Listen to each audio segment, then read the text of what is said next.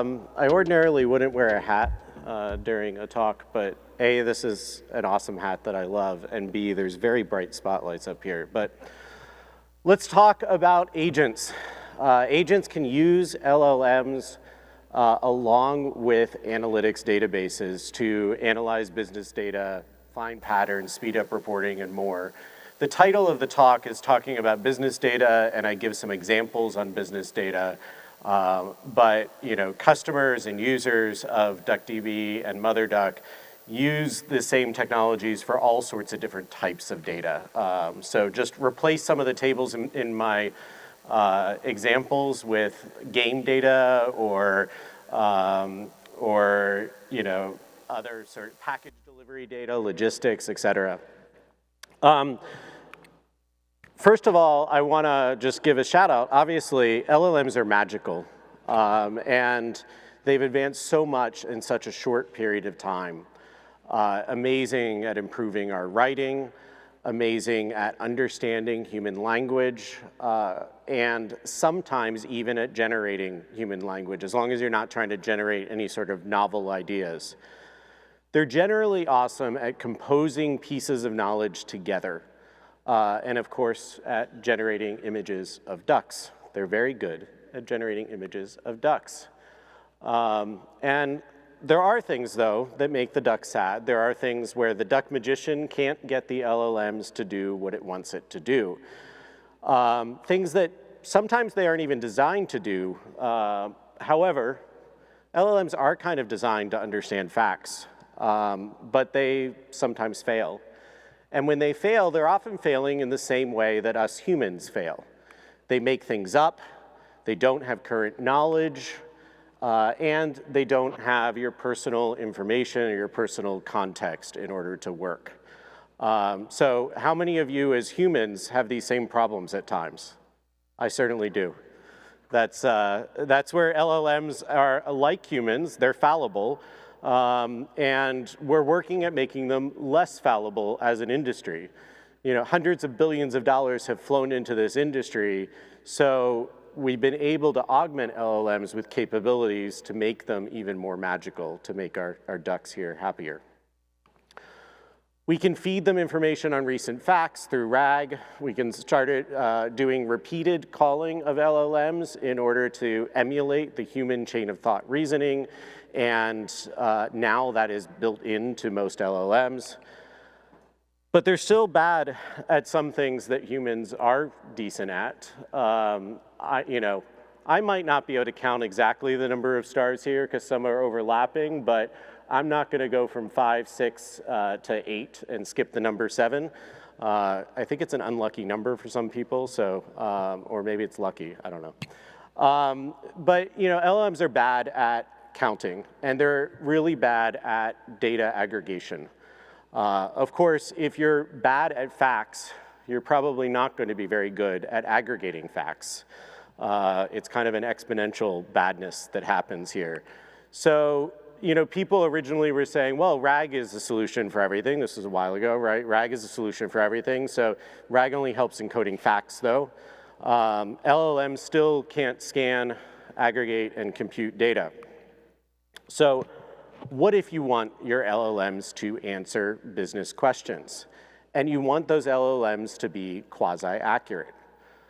If you have questions like, how many of my customers are spending greater than $1,000 a month, or which of my customers are most likely to churn and why, or what is my company's annualized revenue, you're going to want some degree of accuracy on those, and you're not going to want to just trust the LLM to pull the data off of its training data set, because you might get someone else's annualized revenue or someone else's most likely to churn customers.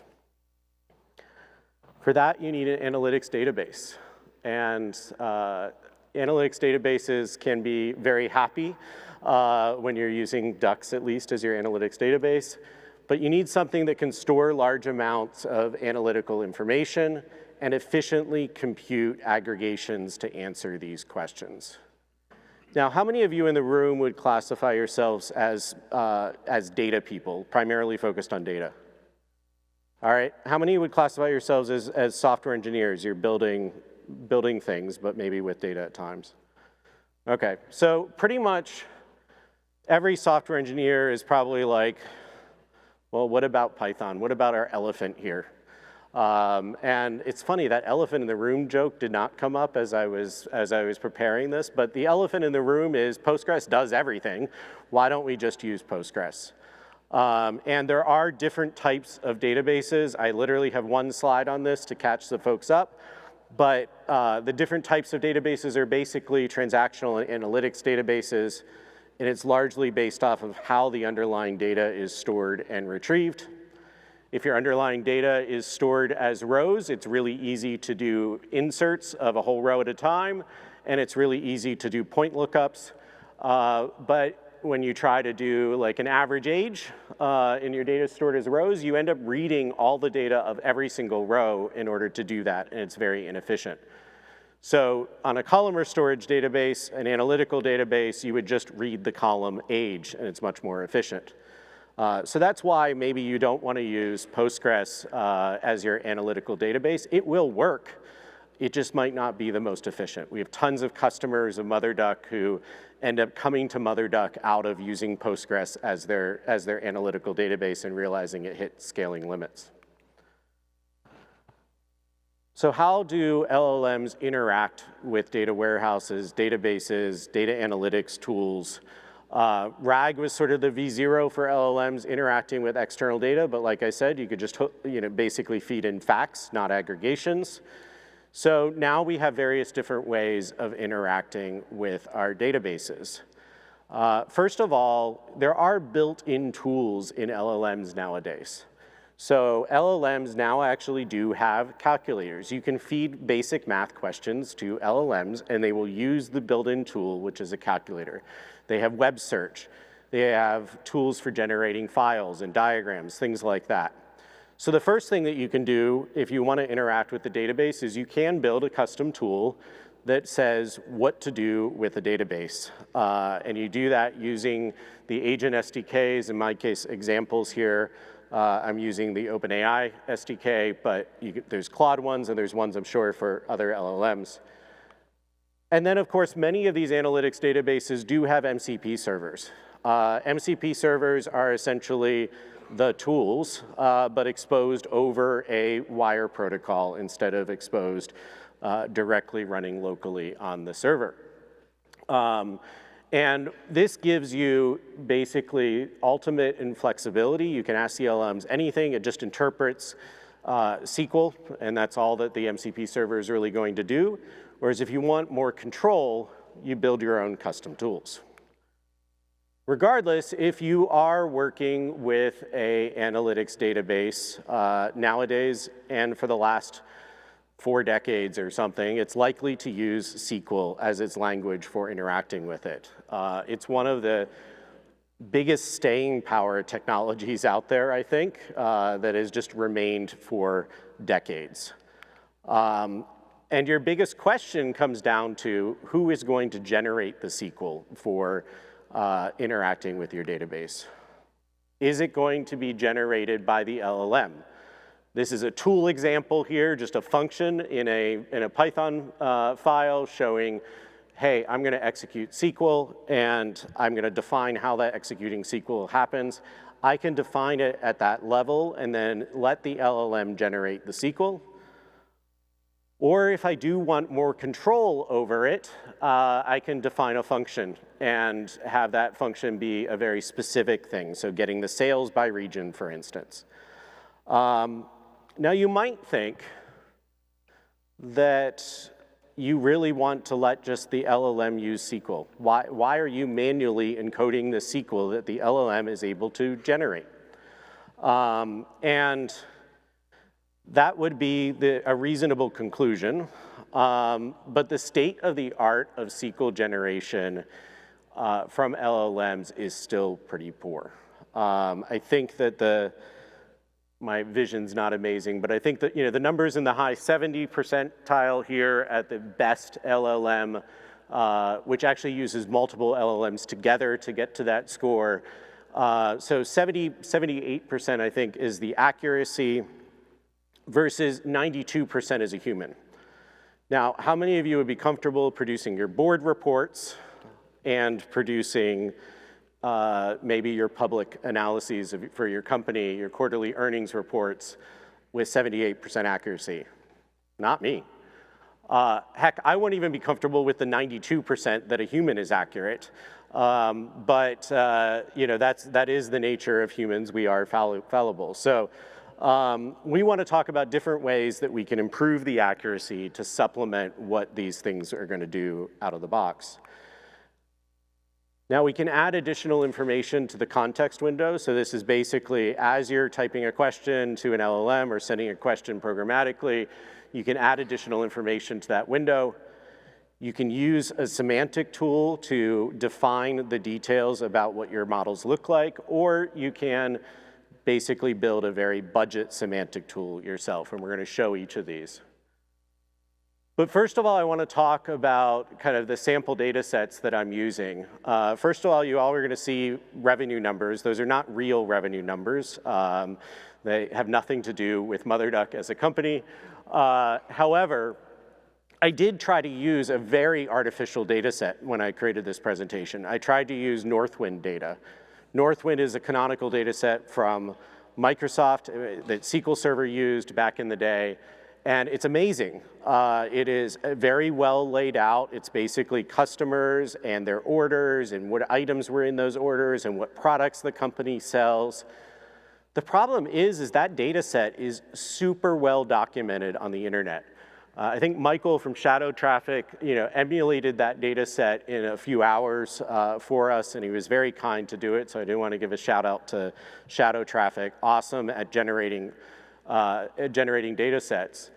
However, our actual internal data warehouse at MotherDuck, I think, is 217 different tables. We're a 3-year-old company. We have 217 tables in our data warehouse, and I think 41,000 columns in those 217 tables. It's a lot more complex, and it's not well understood because it's not documented on the internet. So that is the data set that I'm using, but I'm fudging all the numbers, so don't take any meaning from the numbers. But one of the biggest things that we do at MotherDuck is ask, what is our annualized weekly revenue? So this is similar to ARR that you might have heard of. It's called AWR.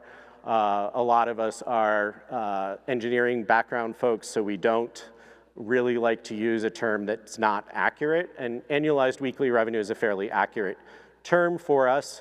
And if you ask OpenAI what it is, it's basically saying it would be 1 week of data repeated for all 52 weeks, and that's annualized weekly revenue. Pretty good. It's the right definition. Of course, then I went to the LLM and said, what is our annualized weekly revenue for today? And the LLM said, well, the formula is the annualized weekly revenue equals revenue on a day times 365 divided by 7.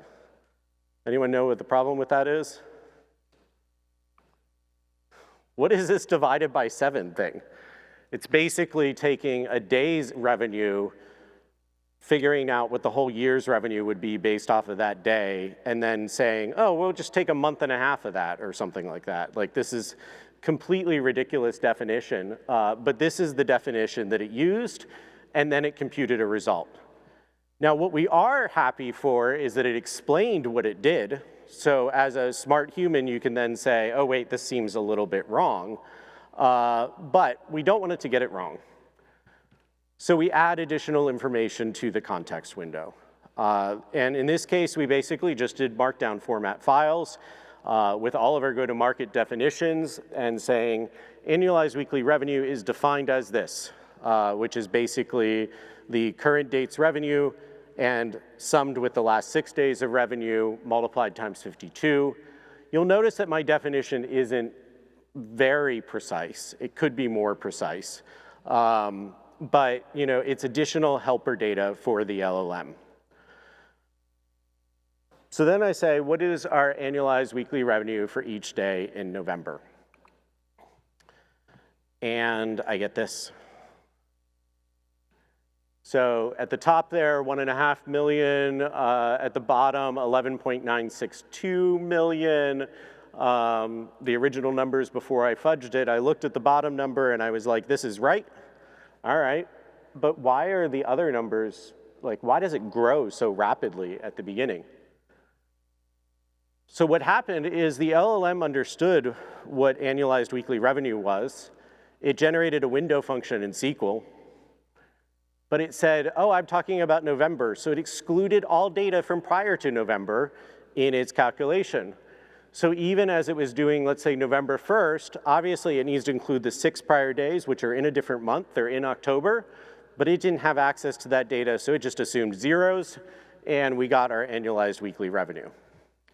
A really bad calculation that someone may actually miss depending on how much data that they're looking at. So again, we say, let's update the context window and say, always use a full 7 days of data when calculating AWR. I did that, I ran it. It worked well. I patted myself on the back, life was good. The next day, as I continued preparing for this talk, I ran it again. It again got the first 6 days wrong. My feeding it that additional context worked in one run, but not in another run. Very intermittent. Then I ran it again, and all days were wrong. It generated really crappy SQL. I have no idea, actually. I didn't even dive into what it did. But I did run it again, and it worked fine. So, very frustrating experience, especially if you're expecting to have accurate business data. How many of you have kids? So I think working with an LLM is like trying to teach calculus to your 2-year-old. It's not, it can be very frustrating at times. You don't know actually what is sinking in and what is not sinking in. But you know, we do like our ducks to teach all the LLMs how to do accurate SQL. It just won't always happen if you don't have all of the right context. And the context that I provided obviously was not enough. So what can you do to provide additional context? You can actually use semantic modeling tools like Cube or the semantic modeling capabilities of BI and analysis tools like Omni and Malloy. And you can feed it additional data in a lot of detail. So you can feed it basically what are your measures, what are the types of things that you want to compute, what are the dimensions, how do you want to categorize those measures, what are the filters, do you want to be able to do by date range or by geography in these examples, and what are the calculated measures, what are the measures based off of other measures. You can go and spend a heck of a lot of time out there just kind of defining all of these things and life will be glorious, maybe. But it is a lot of time and energy involved in doing that. Another way that you can do it is you can take these, you know, what I said is like 200 some odd tables, and you can say, I'm going to make a very simple view of this data. I'm going to make a view that looks more like that Northwind data set so that the system can understand something that's well documented. And luckily, you know, it's really easy to create views in most databases. The other thing, though, you can do is start commenting on the databases and basically describing your columns. This is sort of the poor person's semantic layer. And I actually generated this from the LLM to start with. And then you can go in and modify it and provide additional details. So if you wanted to say, for instance, that this is the join ID or the foreign key basically between this table and another table, and describe you know, how they join and what the name of the join key is. You can do all sorts of things like that to make the LLMs slightly better. The LLMs are still generating SQL, not necessarily knowing what SQL syntax that it should generate, though. So even you get it accurate, you might have a lot of queries. So we run a database company that is based off of a consumption-based billing model. I personally love LLMs because they'll write 20 queries and a human will only have to write one. So the LLM is able to rack up the bills faster. But here I'm going to give you some indications about how to prevent that, which is, teach the model about your SQL dialect and provide performance optimizations, of course, and tell the model what not to do.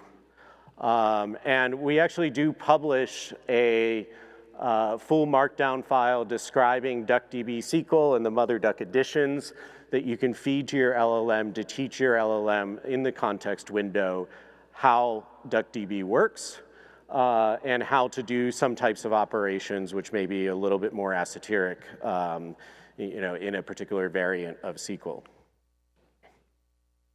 You can also feed it things about how to do efficiency. So you can show an example window function here and show how to use the qualify function in order to limit the computation there and do other efficient patterns for when you're trying to figure out things beyond ordinary SQL that it might recognize. Lastly, I mentioned you could tell it to avoid certain things. Or, what I started to realize is this looks pretty beautiful. I know the LLM can generate SQL.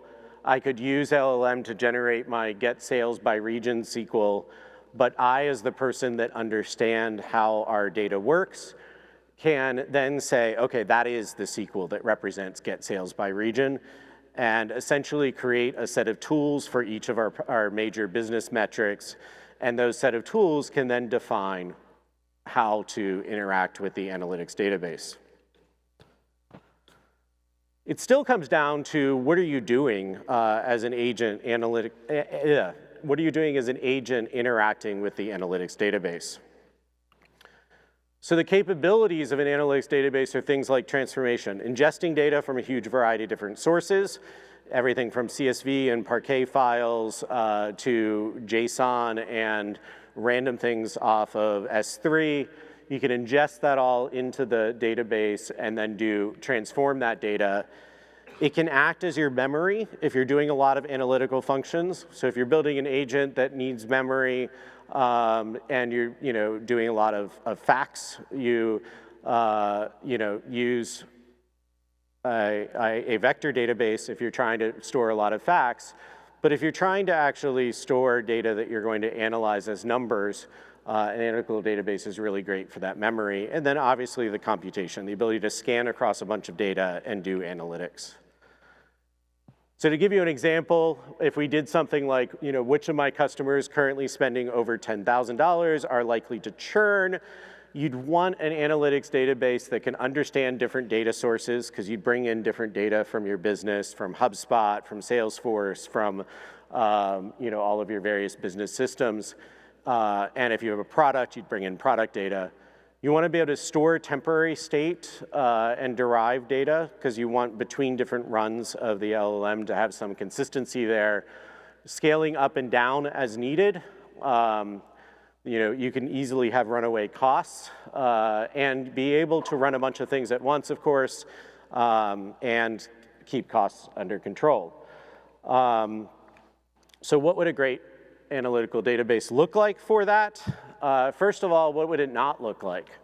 So this is what a lot of data warehouses are. A lot of data warehouses are this monolithic, very large engine that is scaled for peak traffic, peak performance. So, a lot of businesses overspend on idle resources for their data warehouses, and you don't really want to do that. So there's auto-scaling and things like that you may have used. A bunch of people actually came up to our booth and talked about how auto-scaling on some of the major databases didn't really do what they need. And you really don't have your costs scaling with the amount of usage. And you're just worried about, these are users, but let's say there's agents there spinning up and running into your database. They can execute tons of queries. So this is where we talk about open source DuckDB. How many of you actually used DuckDB? Okay, well, maybe a third. Super easy to install. It runs locally as a library on your computer. It does analytics much the same as SQLite might be used to do transactional data. And it is very easy to use. And it, nowadays occupies maybe 100 megabytes of RAM, but has full SQL analytical capabilities. It is very popular, and overall, DuckDB gets high scores from everyone in the community in terms of the experience that it provides. Improved SQL dialect, it's a great CSV parser. It's an awesome library to use within your applications. It's in process, it's pretty fast. Fast, go to ClickBench, which is the benchmark from the ClickHouse folks, and DuckDB oftentimes performs much better than ClickHouse in its own usage, and it's a tiny little library. It's easy to use, it scales, and it's free. And that's probably the best thing for a lot of people. Of course, analytics often requires heavy resources. It's kind of difficult to predict how much resources you need. You're on your own to scale it if you're using the library for DuckDB. And do you really want to manage a fleet? And that's really where MotherDuck comes in as a cloud data warehouse. So I don't want to pitch you on all the stuff about MotherDuck, but what I do want to talk about is kind of the differences in design versus what you might be used to for an analytical database. So with MotherDuck, we give every user their own duckling. So every user that goes and attaches to a data warehouse has their own compute. That's what the duckling is. It's essentially its own database instance. They're sharing data, but have access to their own compute. They can scale vertically as needed. And this extends to applications. So a lot of usage of MotherDuck is customer-facing applications where the end users is another company that's a customer of ours or a customer of a customer. And each of those people also get their own databases. In many of the use cases, what really helps there is that's highly partitioned data. These folks really want to make sure each of their customers' data stays completely separate, and this is great for that. But it also helps preventing collision on resources. You get predictable performance when each of the users have their own data that spins up and spins down really quickly. Now, another thing that MotherDuck does, which is really awesome for these types of things, is something we call dual execution, which is basically a user comes in and they send a SQL query to their local DuckDB. So the local DuckDB, open source DuckDB, is the client for MotherDuck. They send a SQL query, and the SQL query planner basically decides which parts of this data is local and which parts of this data is remote. So you write a very similar, like a normal SQL statement here, but it knows that, hey, our super top secret data is only here in this local computer, and the other data is in the cloud. And it sends that part of the SQL query for the join over to the cloud and pulls out the data from there. So you can think of this architecture as being really useful for agents, especially if the agent wants to do a lot of low-cost, easy data analytics, low amounts of data. You could just have the agent use DuckDB locally, zero costs associated with that. But then when the agent needs the power of the cloud and scaling up, it is literally, let's see here. It is literally just changing one line to say, I'm going to connect to MD : instead of connecting to your local file system. So DuckDB is really versatile that way. You can use your local file system, you can even use a local in-memory, and then with one line, you're out actually using the cloud with this dual execution. There are also ways, if you have an agent that you really want that agent to have its own playground, its own thing to work with. And you can do that with zero-copy clones. So you can have this shared data set that everyone has access to, all the different agents have access to, and you can very easily say, okay, give me a copy of that for my local agent to work with, and it's basically free operation there. And then your local agent can say, I'm gonna add some additional metadata, I'm gonna add some additional data, and then I'm gonna eventually push it back so that other folks have access to that. But that cloning capability allows you to provide full write access to your agent to your underlying data if it needs that. And of course, you can scale out. So if you have, for instance, an agent that needs access to a database, but that agent needs a lot of power, you can basically use these read replica ducklings and say, hey, I'm gonna have 4 other instances, 8 other instances, 12 other instances. I think we're up to 16 in the UI right now, but I'm gonna have all of these other instances out there to do my analytical workload. And only this agent has access to do that, the other agents do not. And you choose all of that stuff in the configuration. So for those who can't see, basically I have 3 agents on the bottom and then the core data warehouse service. The core data warehouse service would be writing all the data that the agents need to access. And then the 3 different agents we can configure differently. So the core data warehouse has a jumbo instance. We configure one of the agents here that really needs a lot of power to have jumbos. And then our churn predictor agent maybe needs to look at a lot of things at once. And so we give it many ducklings or many instances to be able to do that. So all the cool kids are building agents nowadays. You want an analytical database that can help answer different types of questions. You want hypertenancy that allows the AI applications to have a sandboxed amount of compute and prevent runaway costs. And then, the DuckDB and MotherDuck can really help there. So that's all I have for today, but thank you very much.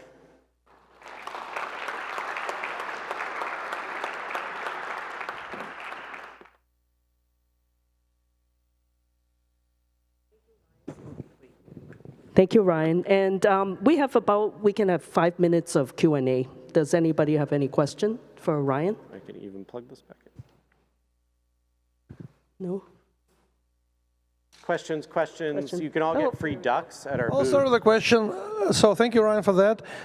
So basically, it's suitable. MotherDuck makes it easier for agents to ask questions, but can you give us some examples of actual stacks, how people use it? Because you need to write a bunch of stuff. Do you use LangChain? Do you use Pydantic? Like, what do people do, put on top of MotherDuck agents? Yeah, I think the biggest use case that we've seen is really around business analytics. So we have customers who ingest data for all of their customers. So it's a SaaS application, as an example, and it ingests all the business data for various of their customers. And then they allow business questions to be asked. And they've done a lot more work on the semantic side and such than I did, so hopefully they're producing more accurate answers. But so then they have a fleet of agents that are out there processing the new business data that's coming in and answering questions in sort of a natural language form for their business users. But we have all sorts of other different types of customers, logistics space I mentioned earlier, package routing, things like that, where all of this type of stuff would be useful to recognize patterns, from the aggregated data. Okay, great.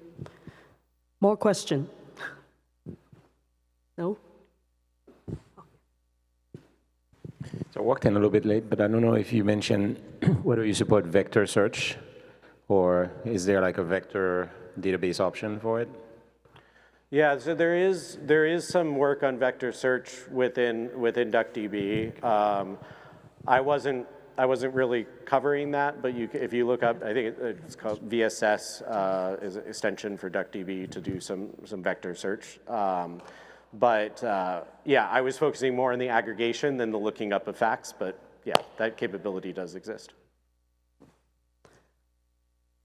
Question? No? All right. Well, no? Thank you very much. Okay. Oh, question. Somebody's like, okay, thank you. Okay.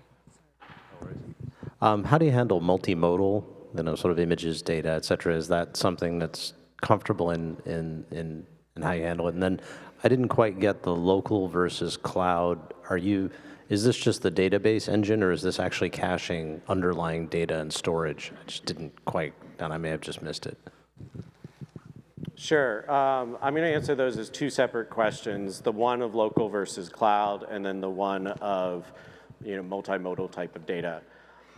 In the local versus cloud, basically, if you have an application server that is running your agents, or you have a Lambda function that is running your agents, as an example, that essentially becomes the client, and MotherDuck is the server.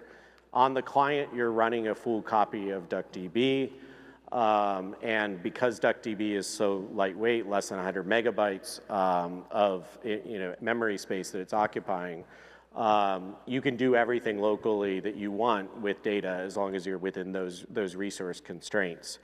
Does it create a local cache? A lot of people do that type of work, so they pull data down, use a local cache, but right now it's not an automagic kind of functionality. So you would have to manually decide to pull it down. It's really easy though, because you can do it all like in a CTAS statement, create from, select star from a table, bring it local, do a bunch of computation for free, and then push back whatever you want for the cloud. The other thing on the multimodal side, so DuckDB is an engine, and thus then MotherDuck as well, do allow you to use data lakes and lakehouses where in a data lake, like in S3, you're often storing these other types of formats alongside your tabular data. But we don't have any special capabilities built in to process those types of data. There is a huge ecosystem, a huge partner network. So there's folks like BEM, which essentially offers an API that allows you to take the unstructured data like a PDF or an image and convert it into a structured form for your analysis. And they've done workshops on how you can do that with MotherDuck, et cetera. So there's ways, but it's not a built-in capability. Great. And we have a question here. How do you handle the security when the data can be local? Sorry, I didn't see where the question was coming from to start with. Thank you. And your question is how to deal with security when the data is local. Can you expand on that a little bit more? Well, so if you have a data locally, you probably can clone it or something, bring it home or whatever. So how do you handle managing the local that being, it's convenient, but from perspective of security, what do you do? Yeah, I mean, I think in larger organizations that may become more of a concern. I think most of the organizations that we're working with today, they consider that a benefit as opposed to a liability, but I see the liability there in terms of how you prevent a local user from downloading a bunch of data. We have not built controls around that. Where we consider it sort of a value add that you can run it locally is the idea that you can you can keep only some data local and not put it into the cloud. And a lot of folks do appreciate that as an ability.